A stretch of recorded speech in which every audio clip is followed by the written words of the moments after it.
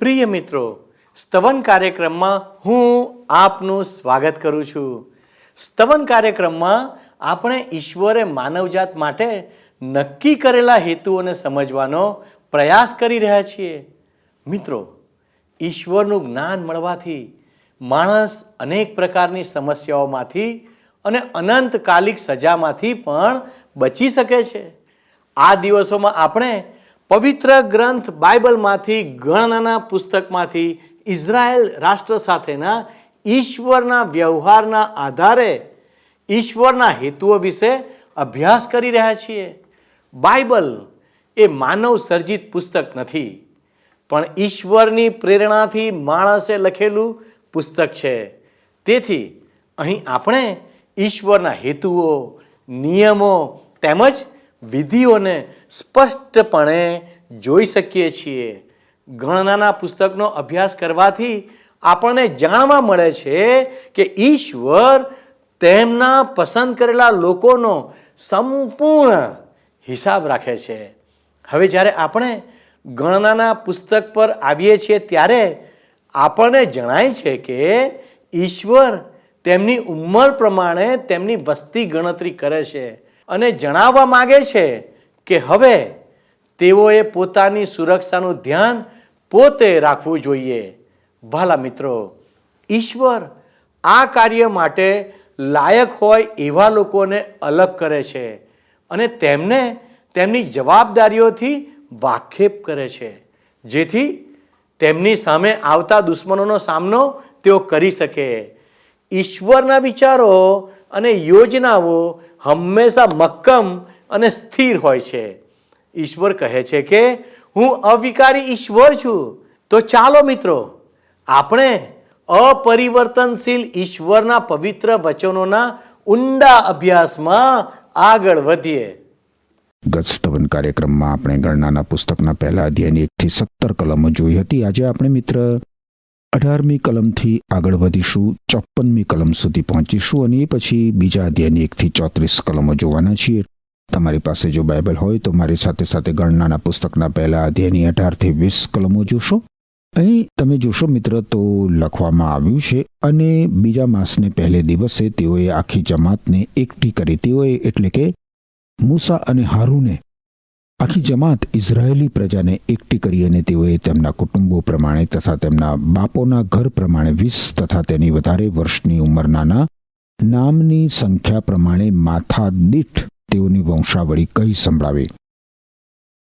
જેમ યહોવાએ મૂસાને આજ્ઞા આપી હતી તેમ તેણે સિનાઈના અરણ્યમાં તેઓની ગણના કરી, અને ઇઝરાયેલના જ્યેષ્ઠ પુત્ર રેવબેનના છોકરાના વંશમાં તેઓના કુટુંબો અને તેઓના બાપોના ઘર પ્રમાણે તેઓના નામની સંખ્યા પ્રમાણે માથા દીઠ 20 તથા તેથી વધારે વર્ષની ઉંમરના જેટલા પુરુષો લડાઈમાં જવાને શક્તિમાન હતા તેઓની ગણના રેવબેનના કુળમાં 46,500 થઈ.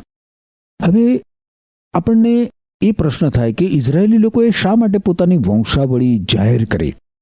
તમે જોશો મિત્ર, તો બાઇબલમાં વંશાવળીઓ આટલી બધી મહત્વની છે, પણ પ્રશ્ન એ થાય કે બાઇબલમાં વંશાવળીઓ આટલી બધી મહત્વની કેમ છે? હવે આ જે વંશાવળીઓ છે એ ત્રિવિધ હેતુ પાર પાડે છે. પહેલો હેતુ, જે લોકો માટે વંશાવળીનું મહત્વ હતું એમના માટે વંશાવળી ફાયદાકારક અને રસપ્રદ હતી. પૂર્વજો વિશે કશુંક જાણવું એ સારું છે. બીજી બાબત આપણે જોઈએ તો બાઇબલમાં અમુક વંશાવળીઓ બાકાત રાખીને અમુક વંશાવળીઓ જાળવી રાખવા પાછળનું કારણ એ છે કે ઈસુ ખ્રિસ્તની વંશાવળીની જાળવણી થાય. બાઇબલમાંનો નવો કરાર તમે જુઓ ને મિત્ર, તો વંશાવળીથી શરૂ થાય છે, અને એ વંશાવળીની ચોક્કસતા ઉપર નવો કરાર ઉભો રહે છે. ત્રીજો હેતુ એ છે કે ઈશ્વરે આંતરજાતીય લગ્નની મનાઈ ફરમાવી હતી ઇઝરાયેલી પ્રજાને, અને સાચા ઇઝરાયેલીએ પોતાનો વંશવેલો જાહેર કરવો એ અનિવાર્ય હતો. એ લોકો ઈશ્વરે ઇબ્રાહિમ સાથે કરેલા કરારમાં હિસ્સેદાર હતા. અને આ સાથે મિત્ર તમે જુઓ તો યાજક પદ માટે કોણ લાયક હતું એ નક્કી કરવા માટે પણ વંશાવળી જરૂરી હતી. આ બધામાં આપણા માટે મિત્ર એક બહુ જ અદ્ભુત સંદેશ સમાયેલો છે. જરા કલ્પના કરો કે એ સમયે એક યુવાનને બોલાવવામાં આવે છે અને એનો વંશ કયો છે એ એને પૂછવામાં આવે છે. એને પૂછવામાં આવે છે કે શું તું ઇઝરાયેલી છે? અને પેલો જુવાન જવાબ આપે છે કે હું માનું છું કે હું ઇઝરાયેલી છું, પરંતુ હું મૃત્યુ પામું નહીં ને ત્યાં સુધી તો મને એની ખાતરી નથી. તમે શું માનો છો મિત્ર? આ ઉત્તર સાંભળીને શું બન્યું હશે? એ લોકોએ આ યુવાનને બાજુ પર ધકેલી દીધો હશે. હવે એક બીજો યુવાન આવે છે અને એને પૂછવામાં આવે છે કે શું તું ઇઝરાયેલી છે? આ બીજો યુવાન ઉત્તર આપે છે કે હું ઇઝરાયેલી હોવા માટે અથાક પ્રયત્ન કરું છું અને મને આશા છે કે હું ઇઝરાયેલી બની જઈશ. શું આ યુવાનોનો ઇઝરાયેલી હોવાનો દાવો સ્વીકારી શકાય? એ લોકો ઇઝરાયેલી છે એ સાબિત કરવું એમના માટે કેટલું બધું જરૂરી હતું એ તમે સમજો છો મિત્ર? પ્રત્યેક ઇઝરાયેલીને ખાતરી હોવી જોઈએ કે તે ઇબ્રાહિમનો સંતાન છે.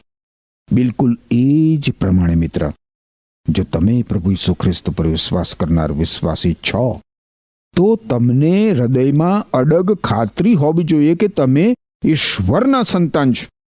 જો તમને એવી ખાતરી નથી તો આજે ઈશ્વરના પવિત્ર વચનો તમને એવી ખાતરી આપે છે. બાઇબલમાં યોહાને લખેલા પહેલા પત્રના 3 અધ્યાયની બીજી કલમ તમે જોશો.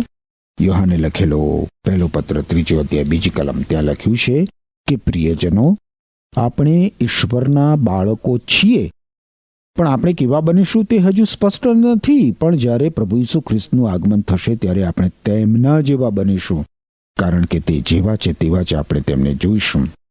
આપણે ઈશ્વરના બાળકો છીએ. યોહાને લખેલા જે શુભ સંદેશ છે, યોહાનનો શુભ સંદેશ, યોહાન અનુસાર શુભ સંદેશ, એના પહેલા અધ્યાયની 12મી કલમ પર તમે જુઓ મિત્ર, તો લખ્યું છે કે પ્રભુ ઈસુ ખ્રિસ્ત પોતાના લોકોની પાસે આવ્યો અને જેટલા લોકોએ પ્રભુ ઈસુ ખ્રિસ્તનો સ્વીકાર કર્યો અને પ્રભુ ઈસુ ખ્રિસ્ત પર વિશ્વાસ મૂક્યો, એટલા લોકોને પ્રભુ ઈસુ ખ્રિસ્તે ઈશ્વરના બાળકો થવાનો અધિકાર આપ્યો.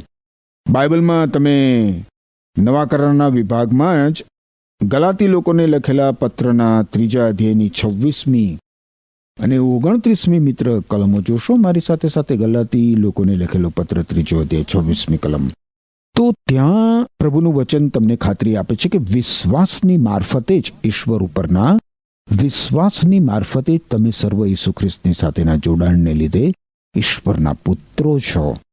અને 29મી કલમ જોશો, જો તમે ઈસુ ખ્રિસ્તના છો તો પછી તમે અબ્રાહામના વંશજ પણ છો અને ઈશ્વરે આપેલા વરદાન પ્રમાણે તમે વારસો પ્રાપ્ત કરશો. એ જ પ્રમાણે તમે રોમન લોકોને લખેલો પત્ર છે મિત્ર, બાઇબલમાં નવા કરારના વિભાગમાં એના 8મા અધ્યાયની 14 થી 17 કલમો જોશો. અહીં લખવામાં આવ્યું છે, જે લોકો ઈશ્વરના આત્માથી દોરાય છે તેઓ ઈશ્વરના પુત્રો છે. ઈશ્વરે જે આત્મા તમને આપ્યો છે તે તમને ગુલામ બનાવતો નથી કે નથી તમને ગભરાવતો, એથી ઉલટું પવિત્ર આત્મા આપણને ઈશ્વરના પુત્રો બનાવે છે. પવિત્ર આત્માની શક્તિથી આપણે આબ્બા એટલે મારા પિતા કહીને ઈશ્વરને પોકારીએ છીએ. આપણા આત્માની સાથે ઈશ્વરનો આત્મા જાહેર કરે છે કે આપણે ઈશ્વરના બાળકો છીએ. આપણે ઈશ્વરના બાળકો છીએ. આપણે ઈશ્વરના બાળકો હોવાથી ઈશ્વરે પોતાના લોક માટે રાખેલી આશીષો આપણે મેળવીશું અને ઈસુ ખ્રિસ્તને માટે પણ ઈશ્વરે જે રાખેલું છે તે મેળવીશું. કારણ કે જો આપણે ઈસુ ખ્રિસ્તના દુઃખમાં ભાગીદાર થઈએ તો તેમના મહિમાના ભાગીદાર પણ બનીશું. મારા મિત્ર, તમે ઈશ્વરનું સંતાન છો એની તમને ઈશ્વરના આ વચનો કેટલી બધી ઠોસ ખાતરી આપે છે. પણ તમે જો હજી પણ ઈશ્વરના સંતાન નથી બન્યા તો પ્રભુ ઈસુ ખ્રિસ્ત પર વિશ્વાસ કરીને પ્રભુ ઈસુ ખ્રિસ્તને શરણે આવીને ઈશ્વરના સંતાન તમે બની શકો છો અને ઈશ્વરના કુટુંબના સભ્ય બની શકો છો. ઈશ્વરના સંતાન બનવાનો એક જ માર્ગ, માત્ર એક જ માર્ગ છે, પ્રભુ ઈસુ ખ્રિસ્ત. પ્રભુ ઈસુ ખ્રિસ્ત યોહાન અનુસાર શુભ સંદેશના 14મા અધ્યાયની 6ઠી કલમમાં કહે છે કે માર્ગ, સત્ય અને જીવન હું છું. મારા સિવાય ઈશ્વર પિતા પાસે જવાનો બીજો કોઈ માર્ગ નથી. એટલે મિત્ર, આ પાર્થિવ જીવનની અરણ્ય સમાન પૃથ્વી ઉપરથી પસાર થતા થતા તમારે જાણવું જોઈએ કે તમે ખરેખર કોણ છો. તમારે ખાતરી કરવી જોઈએ કે તમે ઈશ્વરનું સંતાન છો કે નહીં. વારું, હવે તમે મિત્ર ગણનાના પુસ્તકના 1મ અધ્યાયમાં આગળ વધશો મારી સાથે સાથે, તો જોઈ શકશો કે ઇઝરાયેલના 12 કુળો અને દરેક કુળમાંના લોકોની સંખ્યા હવે આગળ આપવામાં આવી છે. ગણનાનું પુસ્તક 1 અધ્યાય 21 થી 23 કલમો મારી સાથે સાથે જુઓ. અહીંયા લખ્યું છે, તેઓની ગણના રેઉબેનના કુળમાં 46,500ની થઈ. શિમિયોનના છોકરાના વંશમાં તેઓના કુટુંબો તથા તેઓના બાપોના ઘર પ્રમાણે તેઓની ગણના થઈ. 20 તથા તેથી વધારે વર્ષની ઉંમરના જેટલા પુરુષો લડાઈમાં જવાને શક્તિમાન હતા, તેઓના નામની સંખ્યા પ્રમાણે તેઓ માથા દીઠ ગણના થઈ. તેઓની ગણના શિમિયોનના કુળમાં 59,300ની થઈ. તમે જુઓ મિત્ર, તો આ જ રીતે 46મી કલમ સુધી વંશાવળીઓ આગળ લંબાય છે. 46મી કલમ જોશો તો ત્યાં લખ્યું છે, તેઓની ગણના 6,03,525ની થઈ. વારું, હવે આપણે જોઈશું ને મિત્ર, તો લેવીય કુળના લોકોની સંખ્યા ગણનામાં આવી નહોતી. એ લોકોની ગણતરી કરવામાં નહોતી આવી એમની સંખ્યાની. 47 થી 50 કલમો જુઓ. પણ તેઓ મધ્યે લેવીઓની તેઓના બાપોના કુળ પ્રમાણે ગણના કરવામાં આવી નહીં, કારણ કે યહોવાએ મૂસાને કહ્યું, કેવળ લેવીના કુળની ગણના તું ન કર ને ઇસ્રાયેલ પુત્રોમાં તેઓની કુલ સંખ્યા તું ન કાઢ, પણ તું લેવીઓને સાક્ષ્યના મંડપ પર તથા તેના સગળા સરસામાન પર તથા તેને લગતી સર્વ બાબતો પર ઠરાવ. તેઓ મંડપને તથા તેના સર્વ સરસામાનને ઉંચકી લે અને તેઓ તેની સંભાળ રાખે ને મંડપની આસપાસ છાવણી કરે. અહીં આપણે જોઈએ છીએ તો યુદ્ધ માટે લેવીય કુળના પુરુષોની ગણતરી કરવામાં નહોતી આવી, કારણ કે એ લોકોએ સંપૂર્ણ રીતે મુલાકાત મંડપની સેવામાં રહેવાનું હતું અને એ લોકોએ સમગ્ર મુસાફરી દરમિયાન છાવણી કરે ત્યારે મુલાકાત મંડપને ઊભો કરવાનો હતો અને મુસાફરી કરે ત્યારે એના બધા જ સરસામાનને ઊંચકીને ચાલવાનું હતું. 51 થી 54 કલમો જોશો. અને મંડપને આગળ ચાલવાનો વખત થાય ત્યારે લેવીઓ તેને પાડે અને મંડપ ચઢવાનો હોય ત્યારે લેવીઓ તેને ઊભો કરે અને જે પારકો પાસે આવે તે માર્યો જાય. અને ઇસ્રાયેલ પુત્રો પ્રત્યેક માણસ પોતપોતાની છાવણીની પાસે ને પ્રત્યેક પોતપોતાની ધજાની પાસે પોતાના સૈન્યો પ્રમાણે પોતપોતાનો તંબુ મારે. પણ લેવીઓ સાક્ષ્યના મંડપની આસપાસ છાવણી કરે કે ઇસ્રાયેલ પુત્રોની જમાત પર કંઈ કોપ ન આવે. અને લેવીઓ સાક્ષ્યના મંડપની સંભાળ રાખે. ઇસ્રાયેલ પુત્રોએ એ પ્રમાણે કર્યું. યહોવાએ જે સર્વ આજ્ઞા મૂસાને આપી હતી તે પ્રમાણે તેઓએ કર્યું. હવે ઇઝરાયેલી લોકોને ખબર હોવી જોઈતી હતી મિત્ર, કે એ લોકો કોણ હતા. આ જ કારણે વંશાવળીઓ આપવામાં આવી છે. પ્રત્યેક ઇઝરાયેલને ખબર હોવી જોઈતી હતી કે પોતાનું સ્થાન ક્યાં છે. છાવણીમાં પ્રત્યેકને ચોક્કસ જગ્યા ઠરાવી આપવામાં આવી હતી. હવે આપણા માટે પણ આ એટલું જ સાચું છે મિત્ર. આપણને પણ ખબર હોવી જોઈએ કે આપણે ઈશ્વરના કુટુંબના સભ્ય છીએ અને ઈશ્વરના સંતાનો છીએ. આ બાબત આપણને ગણનાના બીજા અધ્યાયમાં વધારે જોવા મળશે. હવે ગણનાના બીજા અધ્યાયનો મુખ્ય વિષય તમે જુઓ તો અરણ્યમાંની મુસાફરી દરમિયાન ઇઝરાયેલના 12 કુળોના નિશાન અને ધજા તથા તેમના સ્થિતિ સ્થાન વિશેની છે. પ્રથમ અધ્યાયમાં આપણે જોયું તો ઇઝરાયેલી લોકોની ગણતરી કરવામાં આવી. અરણ્યમાંની મુસાફરીના આટલા બધા વર્ષો દરમિયાન છાવણીનું સ્થાન અને તેમની મુસાફરીની પદ્ધતિ નિયમાનુસાર હતી અને ઈશ્વરની દોરવણી પ્રમાણેની હતી. હવે ઇઝરાયેલી લોકો પોતપોતાના કુળના નિશાન તરીકે પોતાની આગવી ધજા ઊભી કરતા હતા. રાબ્બીઓની ધર્મગુરુઓની પ્રણાલિકા પ્રમાણે યહૂદાના કુળની ધજા પર સિંહનું ચિત્ર હતું. રેવબેનના કુળની ધજા પર પુરુષના મસ્તકનું ચિત્ર હતું. એફ્રાઈમના કુળની ધજા પર બળદનું ચિત્ર હતું અને દાનના કુળની ધજા પર ગરુડનું ચિત્ર હતું. આ રીતે તમે જુઓ મિત્ર તો હઝકીએલ નામના ઈશ્વરના સંદેશવાહકે કરેલા કરુબીમના વર્ણન અનુસાર આ 4 જીવંત પ્રાણીઓ એકત્રિત રીતે કરુબીમનું સ્વરૂપ બનાવતા હતા. હવે તમે મિત્ર ગણનાના પુસ્તકના બીજો અધ્યાય 1, 2 અને 3 કલમો. અને યહોવાએ મૂસાને તથા હારૂનને કહ્યું, ઇસ્રાયેલ પુત્રોમાંનો પ્રત્યેક પુરુષ પોતાના બાપના ઘરના નિશાન સાથે પોતાની ધજાની પાસે છાવણી કરે. મુલાકાત મંડપની સામે 4 ગમ તેઓ છાવણી કરે અને પૂર્વની બાજુએ સૂર્યોદય ભણી યહૂદાની છાવણીની ધજાવાળા પોતાના સૈન્યો પ્રમાણે છાવણી કરે. અને અમ્મીનાદાબનો દીકરો નાહશોન તે યહૂદાના પુત્રોનો અધિપતિ થાય. તમે જુઓ મિત્ર, આ ઇઝરાયેલી લોકો મુલાકાત મંડપના સંદર્ભમાં નિયત સ્થળે છાવણી કરતા હતા. મુલાકાત મંડપને છાવણીની વચમાં ઊભો કરવામાં આવતો હતો ને પછી ઇઝરાયેલી લોકો તેની આસપાસ છાવણી કરતા હતા. છાવણીમાં પોતાનું સ્થળ દર્શાવવા એ લોકો પોતપોતાની ધજા ઊભી કરતા હતા. પૂર્વમાં તમે જુઓ તો યહૂદાનું કુળ રહેતું હતું. 5મી કલમ પ્રમાણે ઇસ્સાખારનું કુળ અને 7મી કલમ પ્રમાણે ઝબુલૂનનું કુળ આ યહૂદાના કુળ સાથે એક જ ધજા નીચે છાવણી કરતું હતું. એમની ધજા પરનું સિંહનું ચિત્ર જોઈને આ ત્રણેય કુળો સમજી જતા હતા કે તેમનું સ્થાન છાવણીમાં ક્યાં હતું. હવે આ માહિતી મેળવ્યા બાદ આપણે મિત્ર આગળ વધીને ગણનાના બીજા અધ્યાયની 10મી કલમ જોઈએ. 10મી કલમ જોશો. રેવબેનની છાવણીની ધજા પોતાના સૈન્યો પ્રમાણે દક્ષિણની બાજુએ રહે અને શદેઉરનો દીકરો એલીસુર તે રેવબેનના પુત્રોનો અધિપતિ થાય. રેવબેનનું કુળ દક્ષિણ દિશામાં રહેતું અને 12મી કલમ પ્રમાણે શિમિયોનનું કુળ અને 14મી કલમ પ્રમાણે ગાદનું કુળ શિમિયોનના કુળ સાથે છાવણી કરતો. 17મી કલમ પ્રમાણે તમે જુઓ તો લેવીય કુળની છાવણી બધી જ છાવણીઓની મધ્યમાં મુલાકાત મંડપ સાથે રહેતી હતી.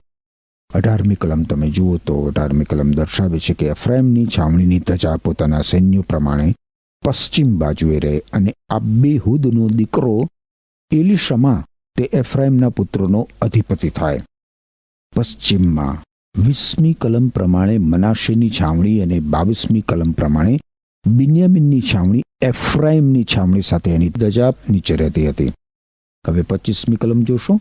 દાનની છાવણીની ધજા પોતાના સૈન્યો પ્રમાણે ઉત્તર બાજુએ રહે અને અમ્મી શાદાયનો દીકરો અહીએઝેર તે દાનના પુત્રોનો અધિપતિ થાય. 27મી કલમ પ્રમાણે તમે જુઓ મિત્ર તો આશેરનું કુળ અને 29મી કલમ પ્રમાણે તમે જુઓ તો નફતાલીનું કુળ દાનની ધજા નીચે દાનના કુળ સાથે રહેતા હતા. ઇઝરાયેલી લોકો નિયત વ્યવસ્થા પ્રમાણે છાવણી કરતા હતા. પ્રત્યેક કુળના પ્રત્યેક કુટુંબને ખબર હતી કે પોતાના કુળમાં તેનું સ્થાન ક્યાં હતું.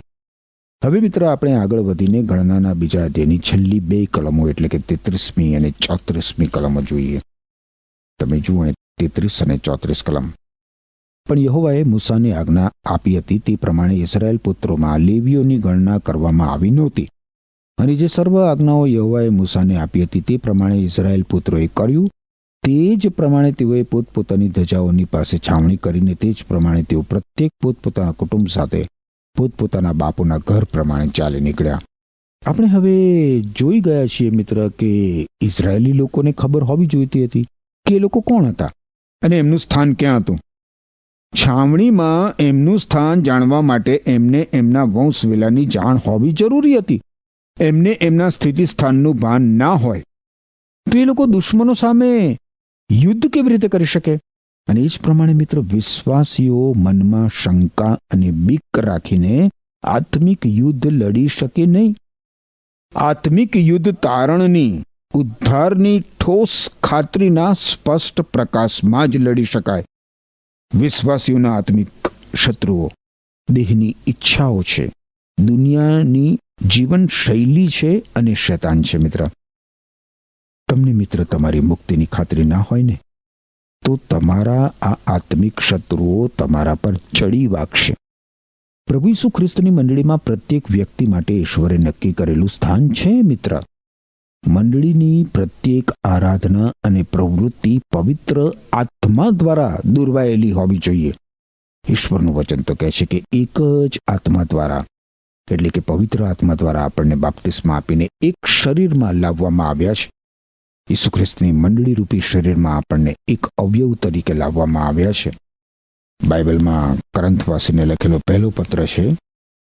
કરંથવાસીને લખેલો પહેલો પત્ર એના 12મા અધ્યાયની 12 થી 14 કલમો તમે જુઓ તો લખ્યું છે એક શરીર અનેક અવયવો. એ શીર્ષક નીચે લખવામાં આવ્યું છે.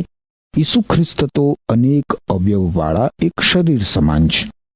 અનેક અવયવનું બનેલું હોવા છતાં શરીર તો એક જ છે. એ જ પ્રમાણે યહૂદીઓ કે બિન યહૂદીઓ, ગુલામ કે સ્વતંત્ર, આપણે સૌ એ જ પવિત્ર આત્માથી બાપ્તિસ્મા પામીને એક શરીર બન્યા છીએ અને આપણને સૌને એક જ આત્માનું પાન કરાવવામાં આવ્યું છે. ઈશ્વર આપણને આ શરીરમાં સેવા કરવા માટે દાખલ કરે છે. મિત્ર, પ્રત્યેક વિશ્વાસીને ઈશ્વરે કંઈક ને કંઈક કૃપાદાન આપ્યું હોય છે. આ કૃપાદાનનો ઉપયોગ કરવો એ વિશ્વાસીનું સેવા કાર્ય છે. ઈશ્વર આપણને એ કૃપા આપે કે ઈશ્વરે એમના શરીરરૂપી મંડળીમાં જ્યારે આપણને દાખલ કર્યા છે, એમના શરીરરૂપી એમના પવિત્ર કુટુંબમાં આપણને સભ્ય બનાવ્યા છીએ, ત્યારે આપણને ઈશ્વરે આપેલું જે કંઈ કૃપાદાન હોય એ ઈશ્વરની સેવા માટે આપણે એનો ઉપયોગ કરીએ. વહાલા મિત્રો, આજે આપણે જોયું કે ઈશ્વરે ઇઝરાયલની દરેક જાતિ કે કુળની દરેક બાબતોનો હિસાબ રાખવા કહ્યું છે. તેનું કારણ એ પણ છે કે ઈશ્વર ઇઝરાયલીઓને સમજાવવા માંગતા હતા કે તેઓ કોણ છે અને તેઓ કયા ઈશ્વરની સાથે સંબંધ ધરાવે છે. તેની સાથે સાથે તેઓ એ પણ જાણે છે કે તેમની જવાબદારીઓ કઈ કઈ છે.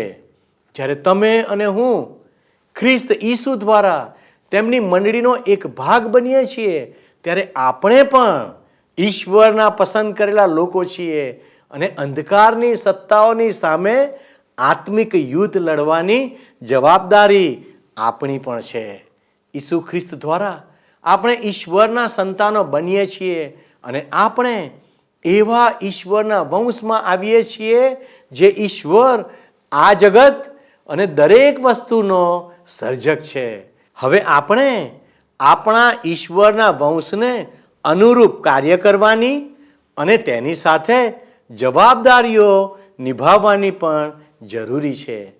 ઈશ્વરે દરેક વિશ્વાસીને ઘણા બધા તાલંતો આપ્યા છે. તેથી જો તમે ખ્રિસ્તમાં છો તો તમારે તમારા તાલંતોને જાણવા જોઈએ, જેથી તમે તેનો સમયસર ઉપયોગ કરી શકો. આપણે મંડળીમાં રહીને આપણી જવાબદારી નિભાવવી જોઈએ, જેથી અંતે તેને અનુરૂપ પુરસ્કાર કે ઇનામ મળી શકે. ઈશ્વર તમને બધાને માર્ગદર્શન આપે. આમેન.